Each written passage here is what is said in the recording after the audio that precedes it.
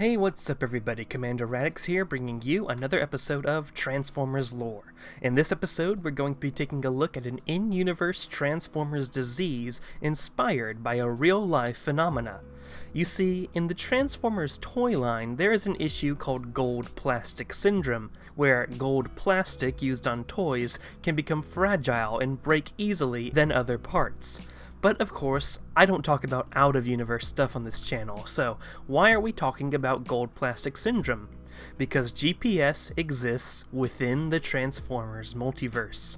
But before we get into the main topic of this video, I'd like to mention that nearly 80% of you watching are not subscribed to the channel yet.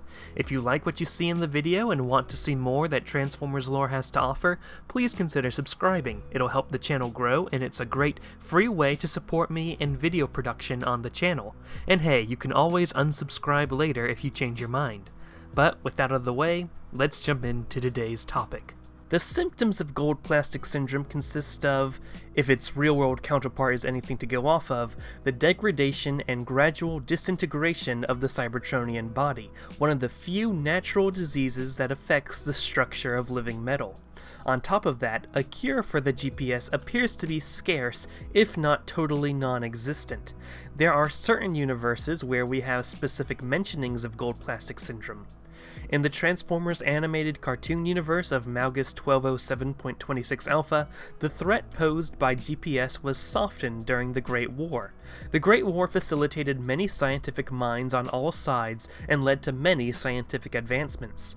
The Autobot medic Red Alert was able to create a vaccine for the gold plastic syndrome during the war. But a vaccine is not a cure. In the Axiom Nexus world of Nexus 208.0 Epsilon, the store Swindle, Swindle, and Swindle is said to be the only licensee of the cure for the GPS in the Nexus cluster. While the Nexus cluster is indeed the most technologically advanced cluster in the entire multiverse, and if there was a cure for GPS out there, it would be there, the fact that Swindle, Swindle, and Swindle is supposedly the only vendor who has the cure calls the authenticity of this cure into question.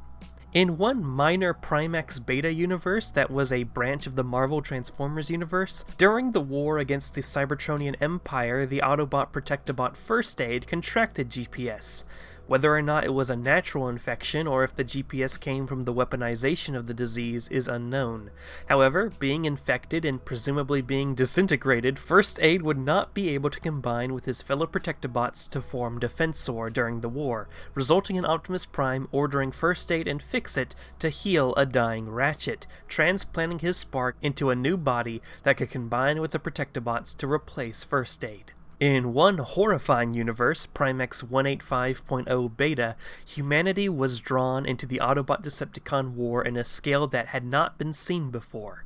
Galvatron had used technology known as the Decepto Pack to brainwash hordes of humans into a massive army, swiftly ravaging Earth.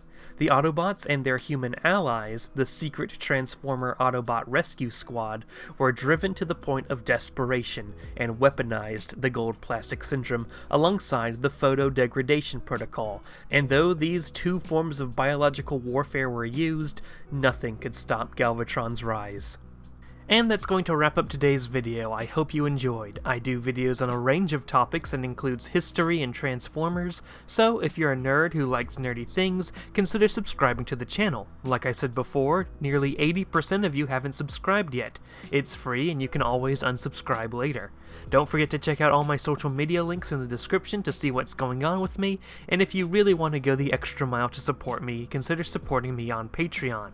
Thank you all so much for watching, and have a great day, ladies and gentlemen.